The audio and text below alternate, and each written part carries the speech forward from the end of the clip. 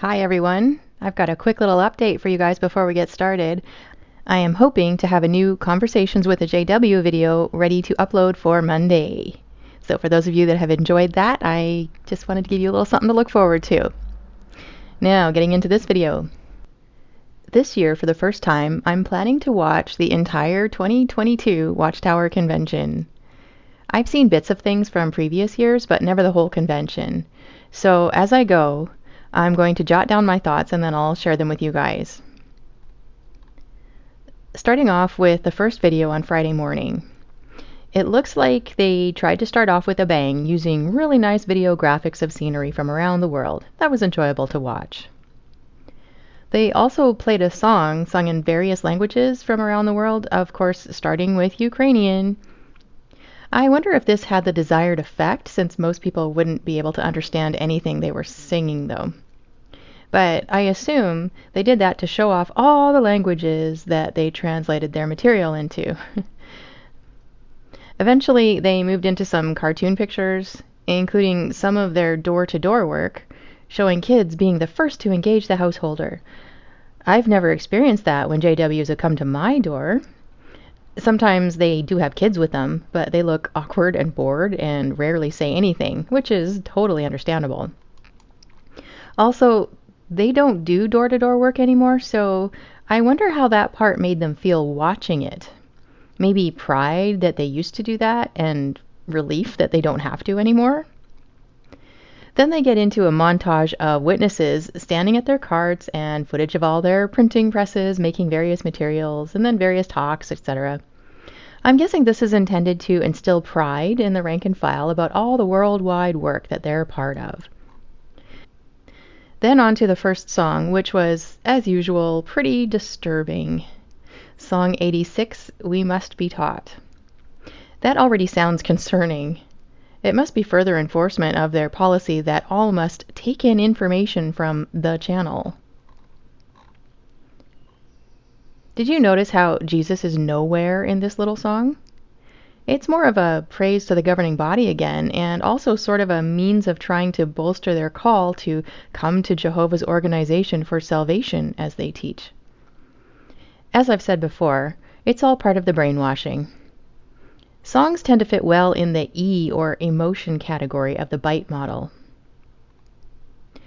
First out of the gate is good old Stephen Lett with his dramatic, over-the-top expressions. This guy is entertaining, I will say that. And for anyone who has been told that it has anything to do with possibly having been raised by deaf parents or having some sort of medical condition, keep in mind that he is fully capable of speaking like a regular person when he chooses. He did an interview a while back that clearly shows this. You can see an example of it on Phil's channel, The Blue Envelope, which dives into the life history of Stephen Lett. So the subject of the convention is peace. It's pretty dry as usual, and sad that they're suggesting yet again that watching the hours and hours of their content would be far more beneficial than just reading the Bible for yourself to learn what it has to say regarding peace. It's fair already to assume that A, this subject is chosen to further convince their followers that war in Ukraine is proof that Armageddon is right around the corner, and B, to keep reminding them how proud they are to be pacifists, generally suggesting that they're the only ones in the world who are. He asks this odd question: does Jehovah keep this peace to himself? What does that even mean? What is it for God to keep peace to himself, and why would he ever do that? And is it a puzzling question that you have been wondering? Yeah, me neither. It's a nonsensical question, basically an example of setting up a false dilemma that only they can solve. Then they can get into some proof texting to make themselves sound like they have the secret answer that you've been longing for but didn't even know it. Another brilliant question he asks a while later is, does Jehovah ever have to pursue peace? Is this not a question for a 4-year-old?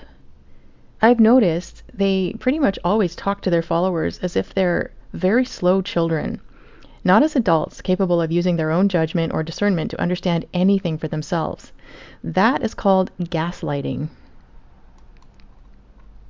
At this point, I think I can safely say that they aren't going to get into what it really is to have peace with God, which is, actually, an eternal peace and rest in Him, because for Christians, we have been covered by the blood of the Lamb and redeemed as His children, never to be at enmity with Him again. That is true and everlasting peace. It's not just the absence of strife or war, but a secure relationship with our Creator accomplished and sealed by Him. Of course, the rank and file are told constantly how they don't have that and have to keep trying to work towards it, or at least toward trying to have the feeling of it. They're also reminded not that they are children of God, but that they must strive to be His friend by living a clean life and doing whatever work the Watchtower assigns them. The heavy yoke they put on their followers is incredible. It's like they've studied the Pharisees in detail and done their best to mimic their wicked behaviors with copious amounts of proof texting. He even misused Jeremiah 29:11 out of context, as has been done by so many people. Many Christians have done the same thing with this verse, sadly. If you want to know what it's really about and to whom it is being directed, I recommend reading at least the whole chapter. Eventually, the video moves on to Kenneth Cook's presentation. I'm not too familiar with him, and I'm not sure if I've ever seen anything of his talks before, or at least not much of them.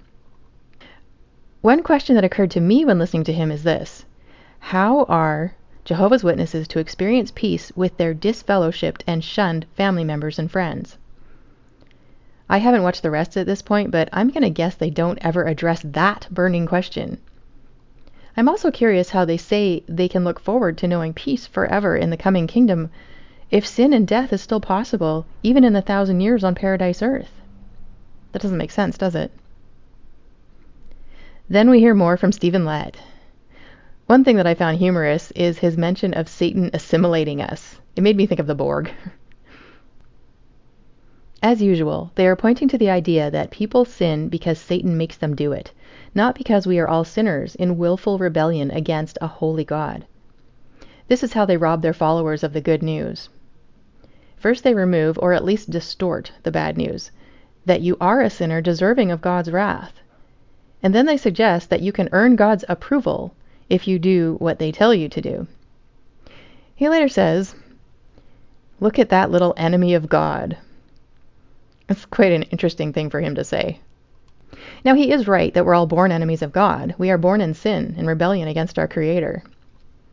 But the way he words it sounds rather silly, and I have to wonder if he said it in order to try and get a rise out of people, and also maybe to encourage their followers to focus on the organization work instead of having those, nasty little babies.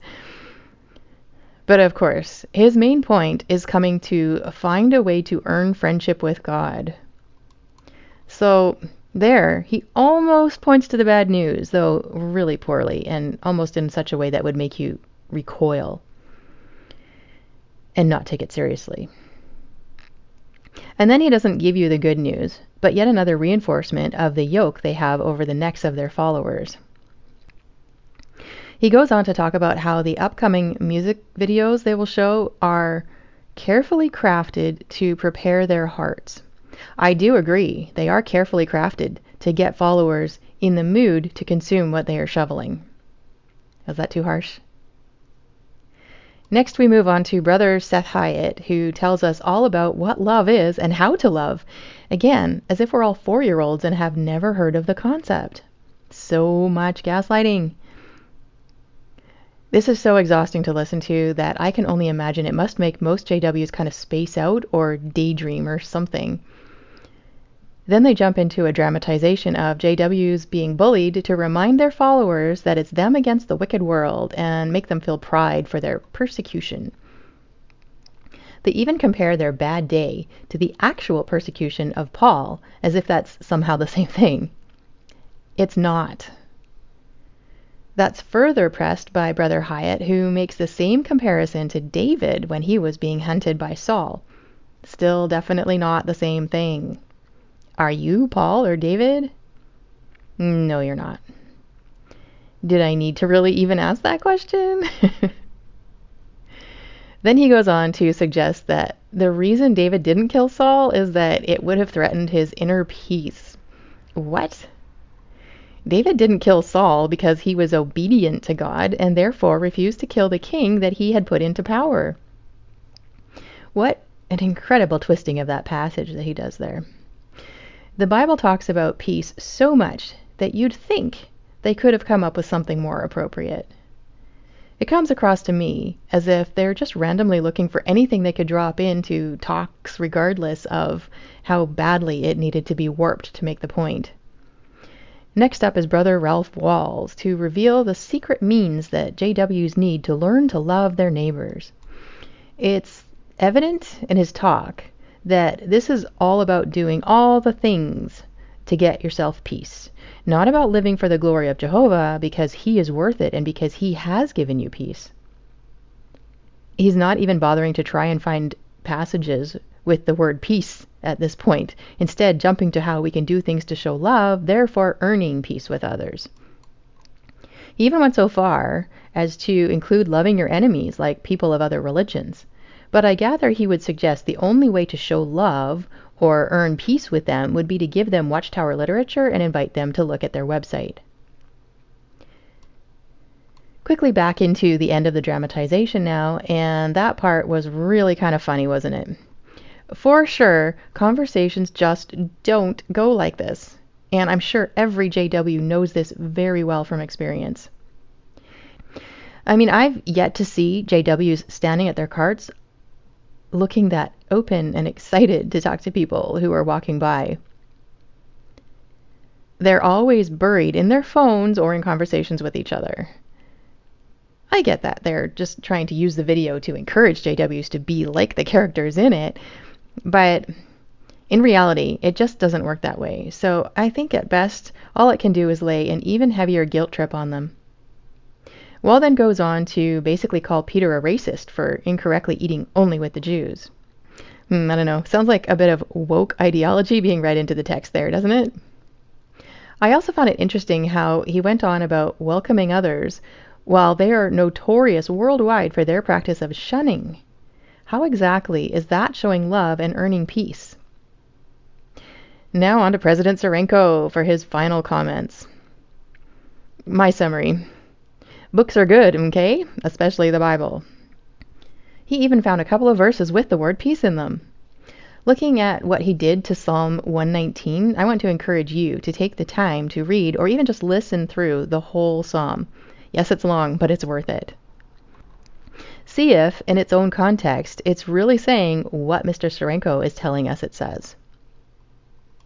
Now they wrap up the dramatization with an odd interpretation of Song of Solomon that almost sounded like they were encouraging something like girl power.